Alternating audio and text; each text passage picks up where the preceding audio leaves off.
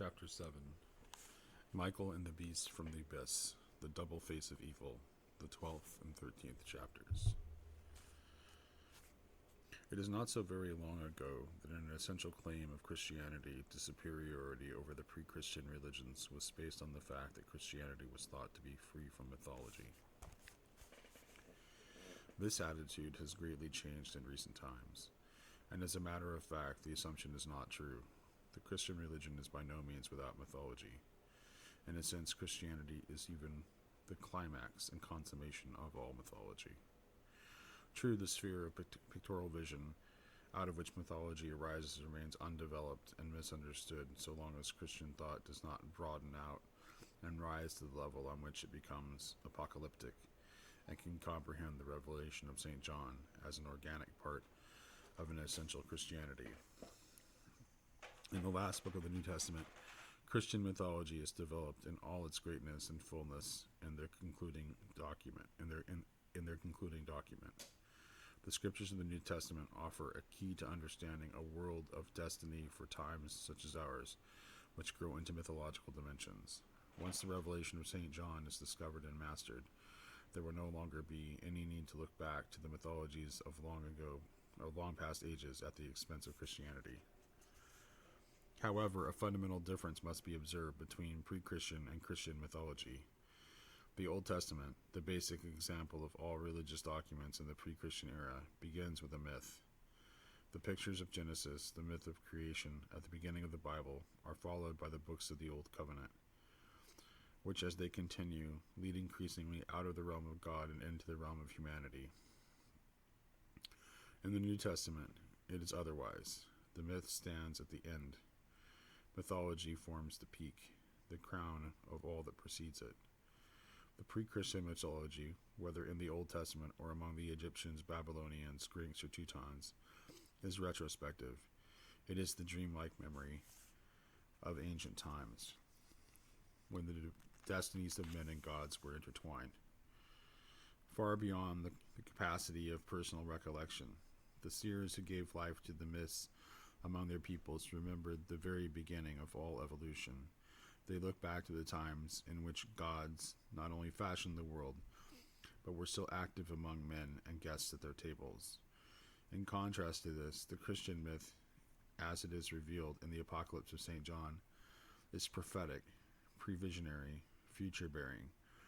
Instead of dreamlike retrospection, an active knocking at the door of the future is practice, a rending of the veil before the mysteries, which are only to be fully uncovered and realized in future eons. There is another important difference between pre-Christian and Christian mythology. The myths of the past are the last fruits of the old vision which humanity possessed in its childhood stage. The mythologies of the pre-Christian era are in themselves a conclusive proof that thousands of years ago, mankind was clairvoyant and lived in a completely different consciousness, much more pictorial than abstract conceptual consciousness of the modern age. At the beginning of time, men were able to perceive supersensible beings in the realms of nature. All ancient mythology issued from these gradually fading, dream-interwoven visions of divine beings in the starry heavens and in earthly nature. After the final extinction of the old clairvoyance, an extinction essential to the development of a waking day mind and the experience of freedom, an interval of intellectualism had to come, which considered itself superior to mythology, as being synonymous with superstition. The lost visionary capacities of ancient times were no longer known. The apocalypse springs from the new faculties of the soul. St. John's power as a seer represents a new beginning. It was the first fruit of the new vision at a higher, more conscious stage. Intimacy with the revelation of St. John, in which for the first time the new vision appears fully developed, can become the most wonderful stimulus for the seed of a new consciousness, which is quickening in modern-day souls today and pushing chaotically toward the light. The spiritual sun shining from the apocalypse can ripen the new powers of clairvoyant perception in a healthy Christian manner. At the apex of the book, at the seventh trumpet, Christian mythology is revealed on a grand scale. As spectators of the drama in chapters 12 and 13, we perceive the very heart of the myth of Christianity. And these figures in particular, age-old conceptions of the gods, are collected and reborn. The first portent visible in heaven is a woman clothed with the sun, the moon under her feet, her head crowned with 12 stars. She is about to give birth to a child. The second figure is the dragon, who lies in wait before the woman. The third figure is the archangel Michael, who with his hosts conquers the dragon and his train. The vision of the Queen of Heaven, a great divine mother who gives birth to her child, or already carries it on her arm, did not begin with the Christmas story. The picture is a universal possession of all the races of the earth.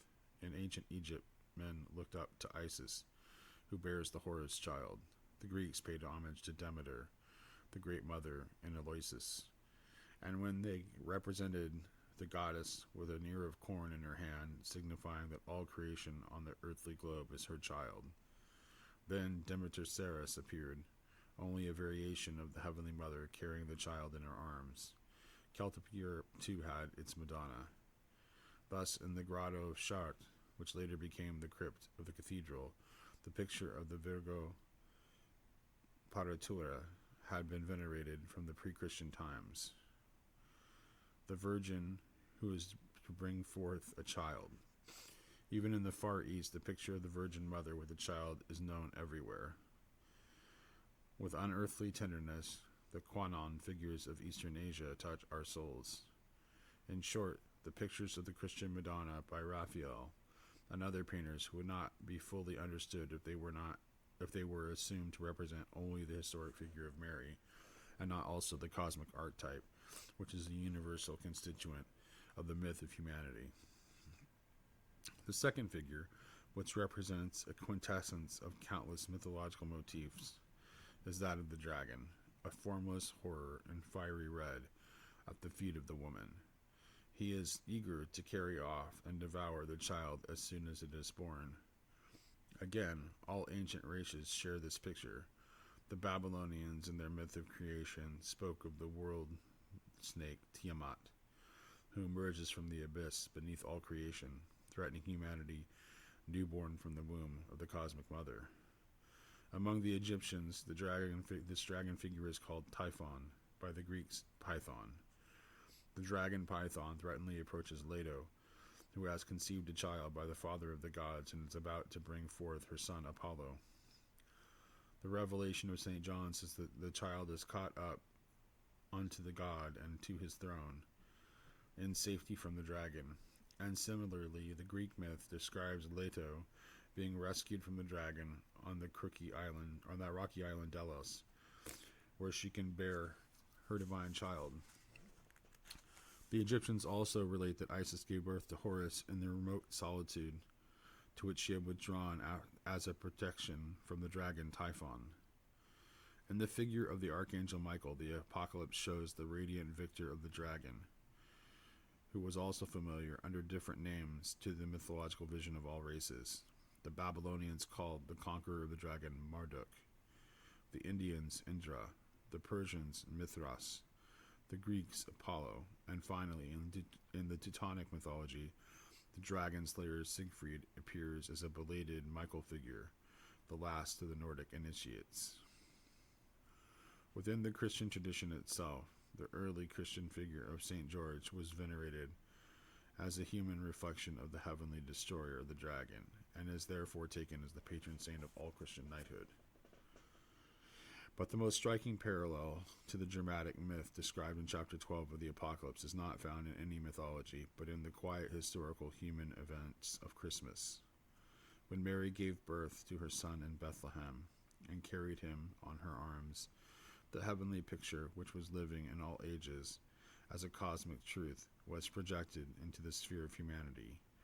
Even the dragon, the adversary lying in wait, is contained in the Christmas story and confronts us in human shape as Herod. He must be there because the mystery drama hitherto enacted in the cosmos now descends to earth. As in the mythical drama, the dragon wishes to devour the child when it is born, so in the historical drama, Herod plans to kill the child, and the flight into Egypt is the earthly human parallel to the ancient, or to the incident in the heavenly drama, when the woman flees into the wilderness to protect the child from the devouring dragon.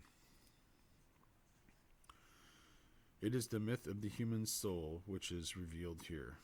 In the heart of the apocalypse, the woman in heaven who appeared to the writer was seen by the clairvoyant souls of ancient peoples and described as the Heavenly Mother, because in this picture the world soul itself appears.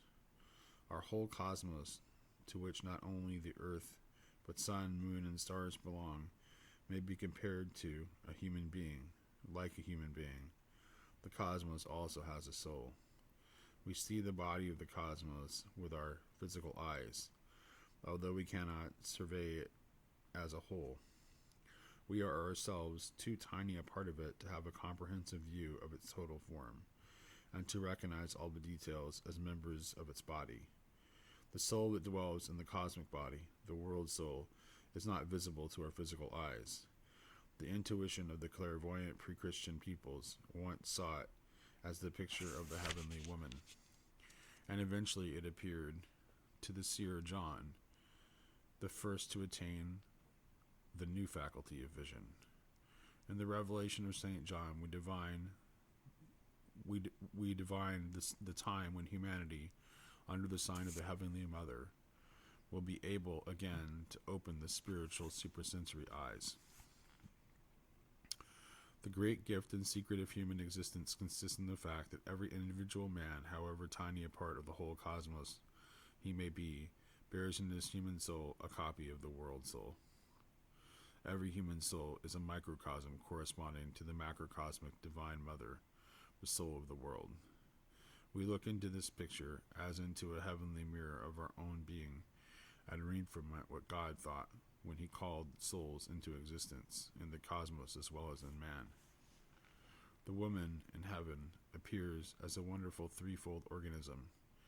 Her whole being is illumined by the rays of the sun, in which she is enfolded as in a garment. Under her feet is the moon, and upon her head she wears the stars as a crown. The world soul has thinking, feeling, and willing, just as we men possess the triad of thinking in the head, feeling in our heart, and willing in the limbs. That the woman in heaven appears close with the sun means that where the heart is, the sun should be always shining. Materialistic observation of nature would have us believe that the sun, which we see in the sky, is nothing but a ball of glowing, burning matter moving through the universe. But really, the sun is the visible indication of the heart of the world. If the sun in the macrocosm corresponds to the heart in the human microcosm, it follows that our heart is ordained to be a sun. However trivial and sentimental such words may sound, the advice, have sunshine in your heart, does, nevertheless, when set against a sufficiently large background, point to a truth. It touches on a cosmic secret.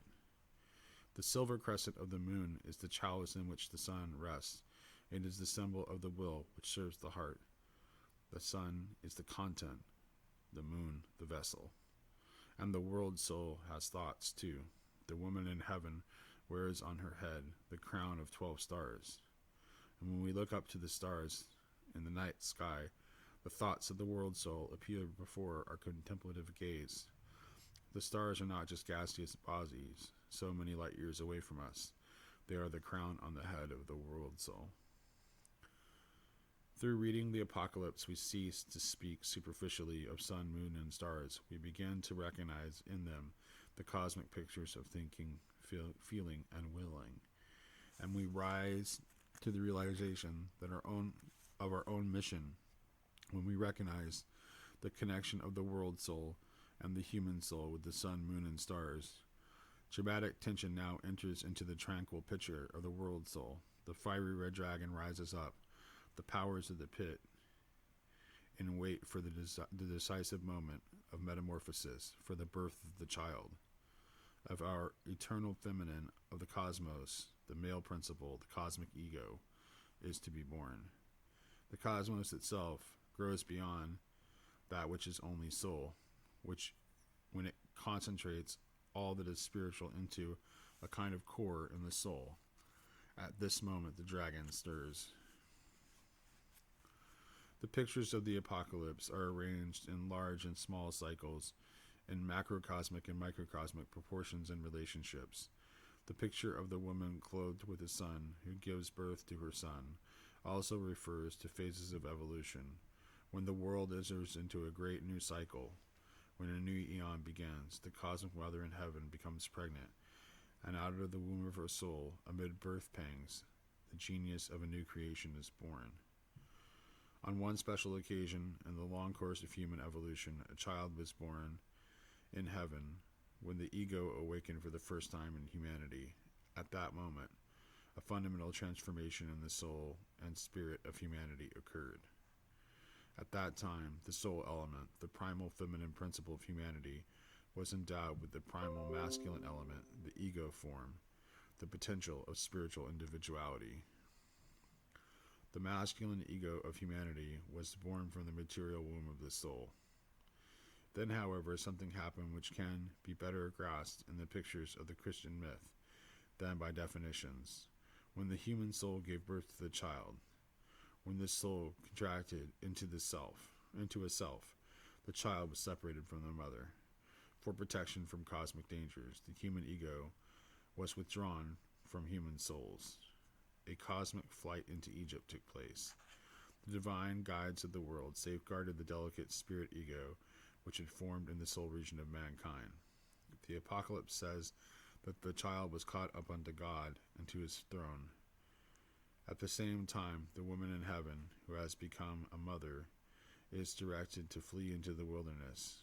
The child is transferred to the heights of the spirit.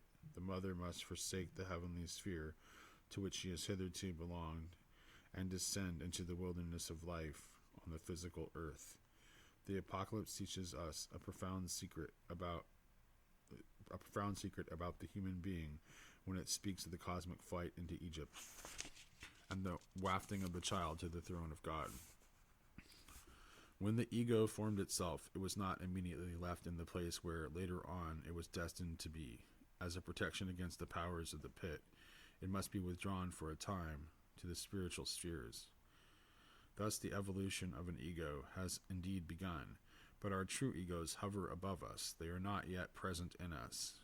What mankind has been able to achieve in the ego form, we are no longer merely buoyant souls. We have received the stamp of stability.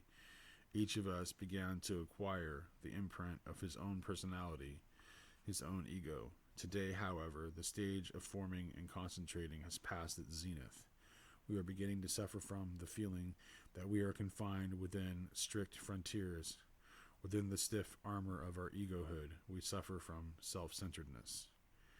Hence, we can estimate what the third figure in the central apocalyptic drama, the Archangel Michael, stands for.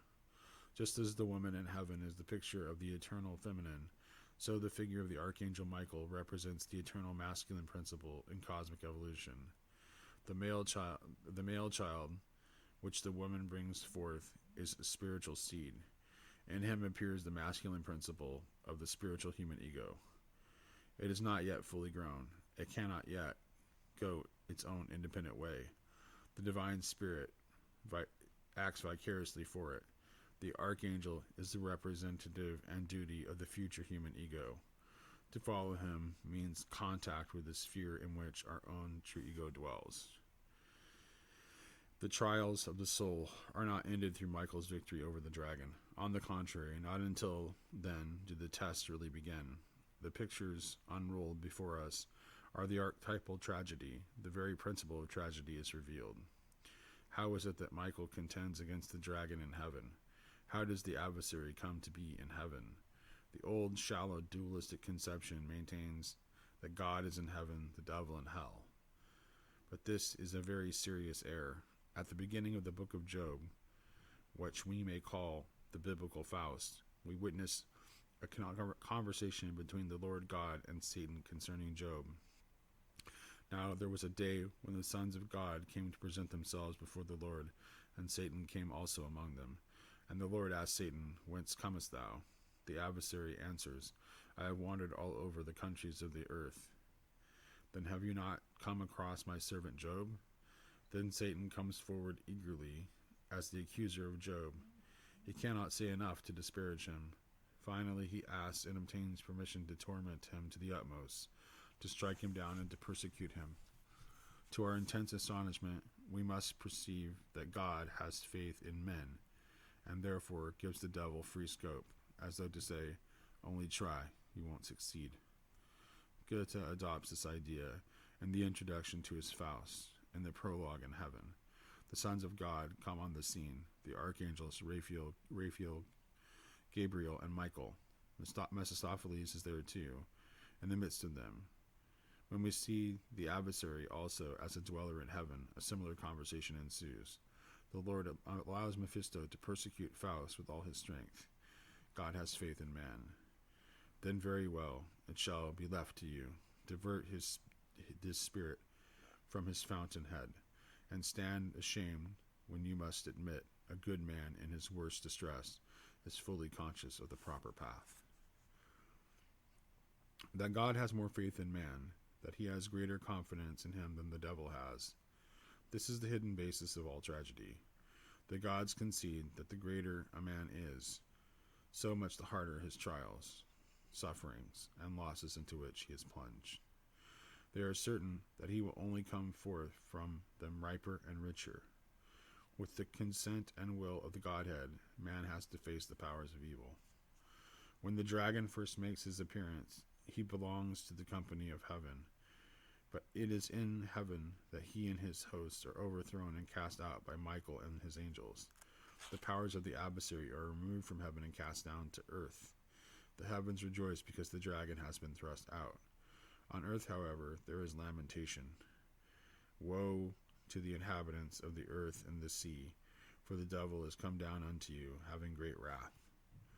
The earth is the wilderness into which the woman in the heaven had to flee. The child is caught up and rescued.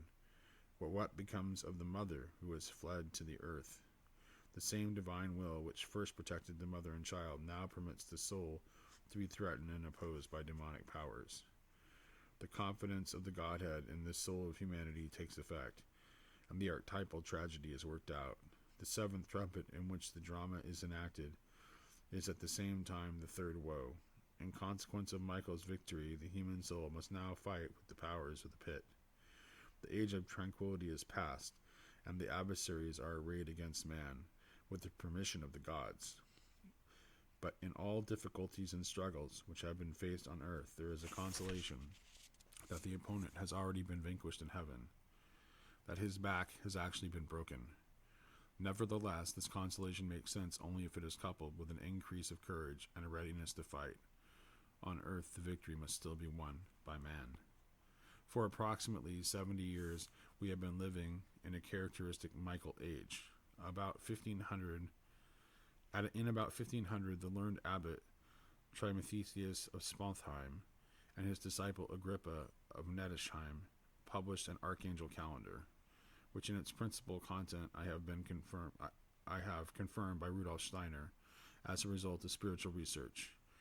In regular cycles, 7 archangels follow each other as leaders of historic periods: Gabriel, Michael, Raphael, Aniel, Zachariel, Raphael, and Samael.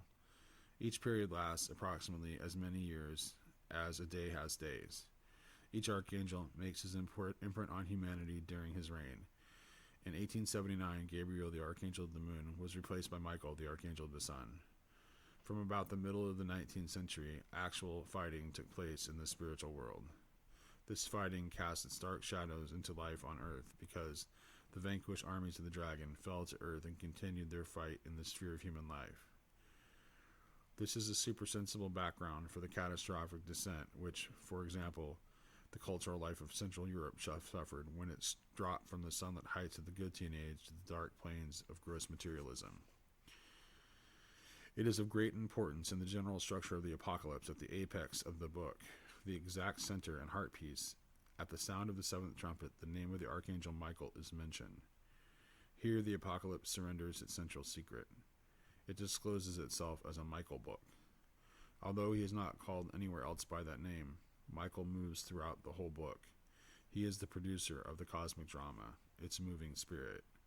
The sequence of the seasons of the natural year offers each autumn a wonderful introduction into the quality and mood of the archangel. At the threshold of autumn, we celebrate the festival of St. Michael and all the angels. It is a revealing moment. September is filled with the afterglow of summer. The mature beauty of harvest time surrounds us. In that month, the sun passes through the sign of the Virgin. At that moment, the apocalyptic image of the woman clothed with the sun is realized in the sky. Later in November, when the sun passes into Scorpio, the world has become bare, homeless, cold. The colors have vanished. In the sky, the sign of the dragon rules. The season of Michaelmas lies in between. Then, the sun is in the scales.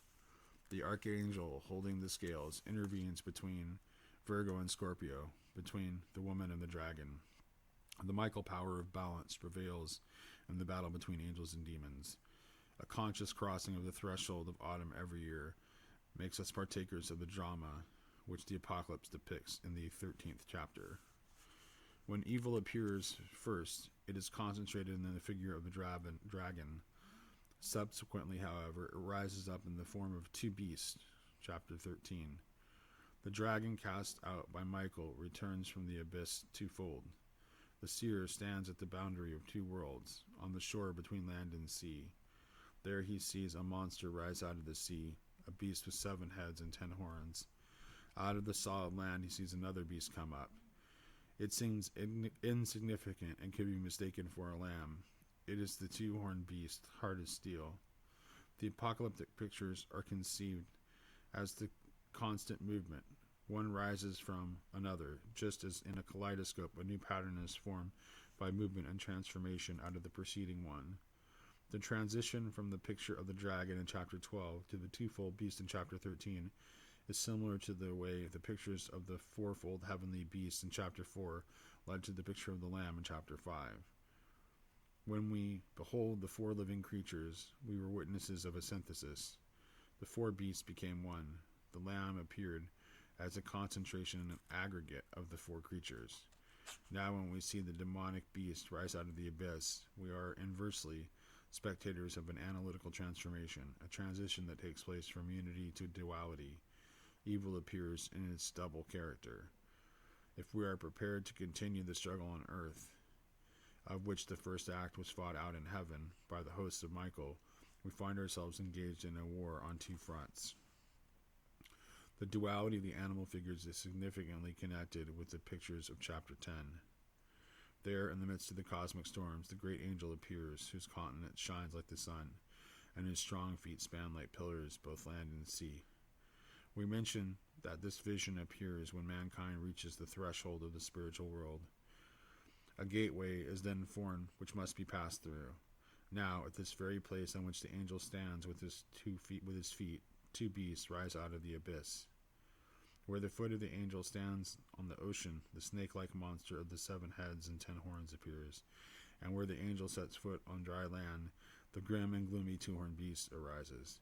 Mankind cannot reach the threshold of the spiritual world without meeting 2 demonic adversaries at the gate. The dual face of evil is immediately seen. The powers of both sides which prevent mankind from crossing the threshold are revealed. Hence, at the beginning of the new supersensible experience, a clear knowledge of the dual nature of evil is imperative. The apocalypse gives us this knowledge in the form of pictures. The twofold beast is another piece of the ancient mythology reborn. Greek mythology knew the double face of evil.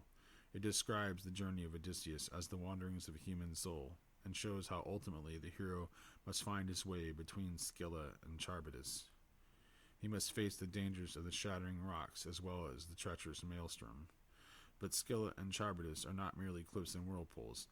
They are supersensible hostile forces which avail themselves of external dangers to destroy the traveler. The Old Testament calls the 2 beasts in which the dual figure of evil appears, Leviathan and Behemoth. In the apocryphal writings of the Old Testament, we find exact parallels to chapter 13 of the Apocalypse. In the 60th chapter of the Book of Enoch, handed down in Greek and Syriac, we read that on that day were two monsters parted, a female monster named Leviathan, to dwell in the abyss of the ocean over the fountain of the waters, but the male is named Behemoth, who occupied with his breast a vast wilderness named Duodain. And I besought the other angel, and that he should show me the might of those monsters, how they were parted one day, and cast, the one into the abyss of the sea, the other onto the dry land of the wilderness. The twofold beast appears also at the end of the book of Job. Job has withstood all the trials of suffering, and thereby he eventually reached the portal of the spiritual world. Here he is told, "Behold now Behemoth. His bones are strong as places of brass, his frame as bars of iron." So the two-horned beast is described here as a cold demonic machine, a soulless form, crushing and mangling all creation with its claws and teeth. Then Job hears the words, "Knowest thou Leviathan? Out of his mouth go burning torches, and sparks of fire leap out. Out of his nostrils goeth smoke, as out of a seething pot or cauldron. His breath kindleth coals. His heart is as firm as stone. Yea, and his heart is the nether and millstone." In the same degree as Behemoth is cold, so Leviathan is hot and glowing. The most puzzling part of it is that concerning Behemoth, Job is told, "He is the beginning of the ways of God." This can surely only mean that where the two beasts appear, there is the threshold. Here the ways of men cease, and the ways of God begin. The beast, however, wished to hinder man from setting foot over the threshold. Teutonic mythology recognizes the same duality of the powers of the adversary. It describes the Midgard snake and the Fenris wolf, the hot and the cold beasts. In the New Testament, too, the important distinction is implied. The powers of evil are referred to by two different names. The power which, in the Apocalypse, comes up out of the sea is, in the Gospels, named Diabolos, the devil, while the beast that rises up from the land is called Satan. It is therefore only a restatement appropriate for modern days of an earlier well-established knowledge. When the spiritual science of Rudolf Steiner, the distinction is made utilizing old names between the Luciferic Diabolos and Ahrimanic Satanas principles. This agrees with the pictorial wisdom of the Apocalypse. The seven-headed, ten-horned beast is the Luciferic power, the two-horned beast the Ahrimanic, and from the pictorial detail we learn that the Luciferic danger threatens us in the sea of emotions. The first beast comes up out of the ocean. The Ahrimanic danger threatens us from the environment of earthly light. The second beast rises from the dry land. The relationship then is this: the temptations of the hot Luciferic demonry assail us in the inward personal life of the individual, whereas the cold Ahrimanic corruption operates more as social evil in the impersonal relationships of civilization. The Luciferic power which comes up out of the sea affects an air of superiority. It bears 7 heads and 10 horns. It lives in the passions of vanity, ambition, pride, and lust for power. Wherever the soul is not governed by the ego or controlled by the spirit, Lucifer rules. This is the danger of the soul without spirit. All moral aberrations have their roots here. The Apocalypse describes how the whole world wonders after this beast and gives credence to its bombastic words. People under Luciferic influence easily make a great impression on the world around them. Many are willing to fall on their knees at once before the tall, dark stranger, who promises excitement when life has become monotonous and dull. Before the scintillating brilliance of Luciferic greatness, they imagine that they have at last met real life among so much that is dead. Lucifer is usually very successful. This beast, we are told, has the names of blasphemies upon its head. Clever mockery and cynicism are natural to the qualities of Luciferic character. Lucifer causes man to feel himself a god. Humility and religious devotion are thrust into the background. Religion in particular is too unassuming, not nearly brilliant enough. The splendor of superficial genius prevents quiet contemplation of the deeper strata of existence, and life is wrapped in a fog of illusion and fantasy. Now an enigmatic detail is added. One of the 7 heads of the beast suffers a deadly wound, but this is healed. What subtle secret is hidden in this picture? May it be that if someone has a good conceit of himself, he is usually a weak soul? Behind Luciferic ostentation, the poverty of the inner life is hidden. A strong character can afford to go his unassuming way, but the weak character must always advertise himself. Lucifer thrives on the inferiority complex. This is the wound which the beast has in one of its head. How is it that the wound is healed? The inferiority complex, to use a fashionable expression, is repressed.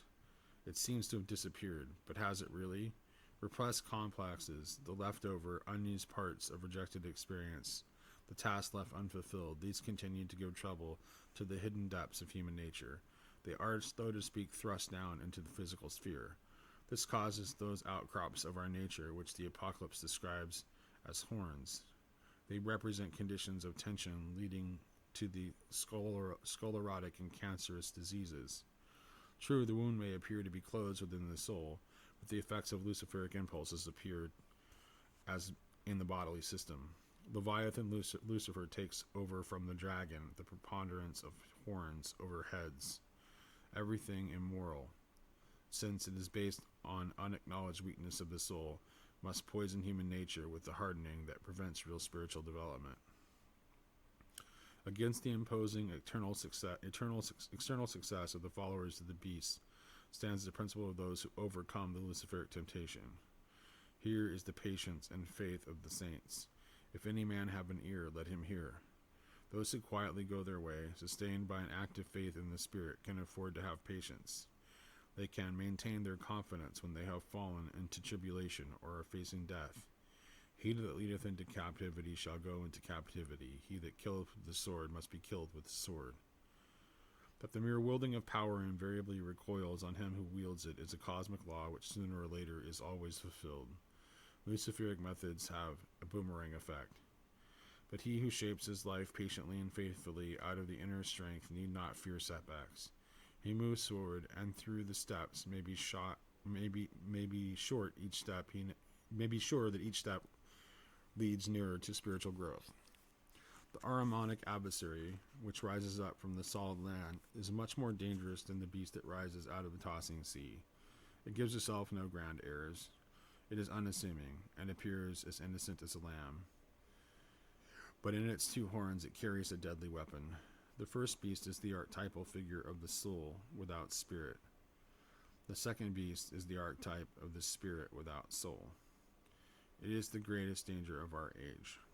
It could almost be described as the distinctive feature of our epoch. The Ahrimanic forces dominate today. They have replaced the predominance of the luciferic forces of earlier times. They work in the cold, machine-driven mentality of our age of mechanization. It would be foolish to ignore the achievements of technical science, but only with what we may call the incorruptible apocalyptic eye can the Ahrimanic forces be recognized and so adjusted that they are beneficial and not destructive to human progress.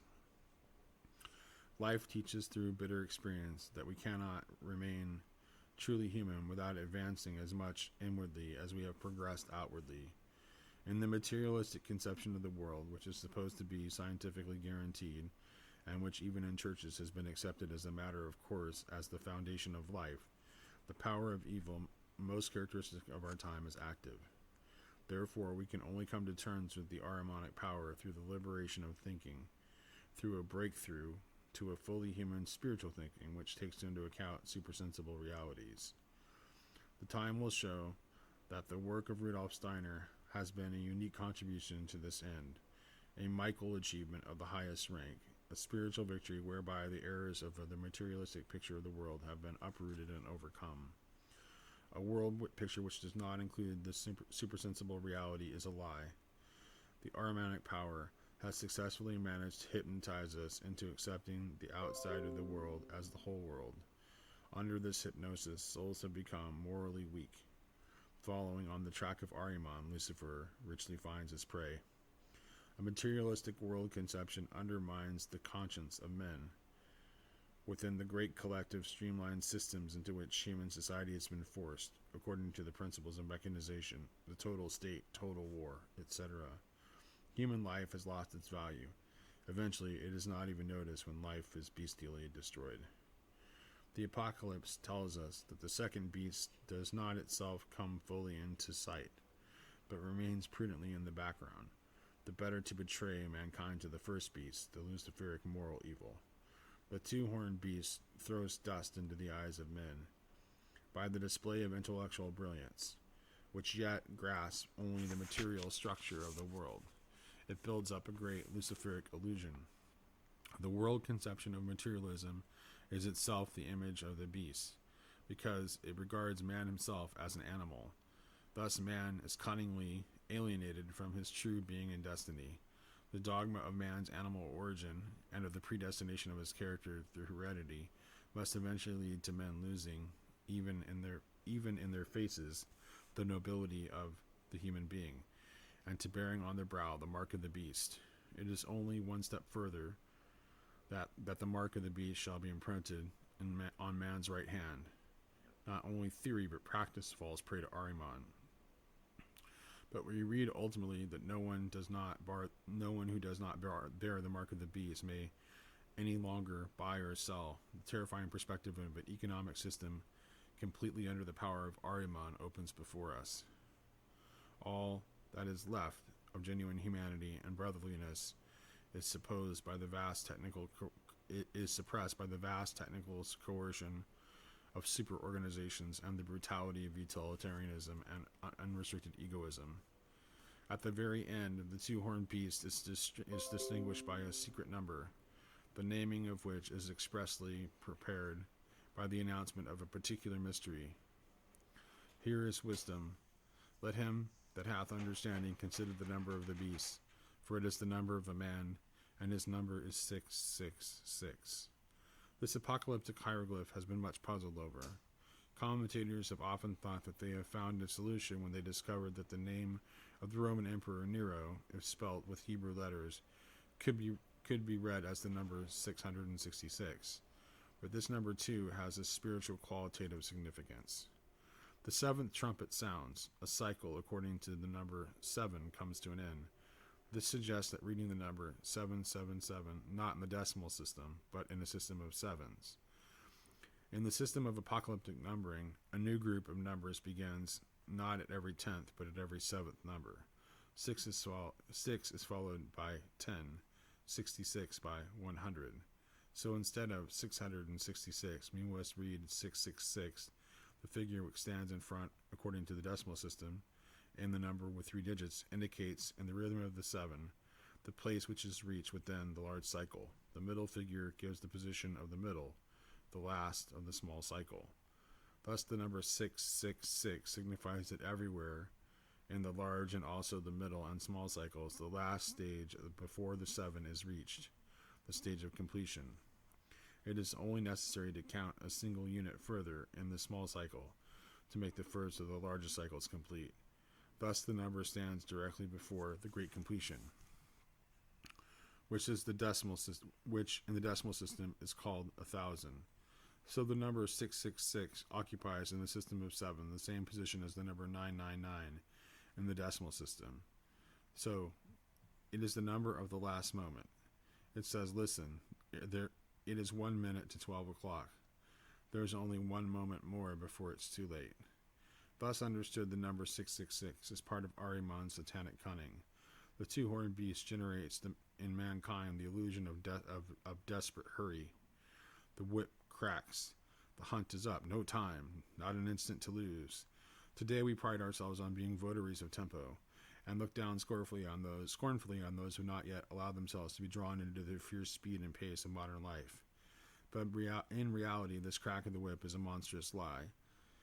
It can easily be proved that in ages of quieter living, much more was achieved even quantitatively, than is usually the case today. The suggestion of breathless hurry is a specifically crafty trick of Ahriman's.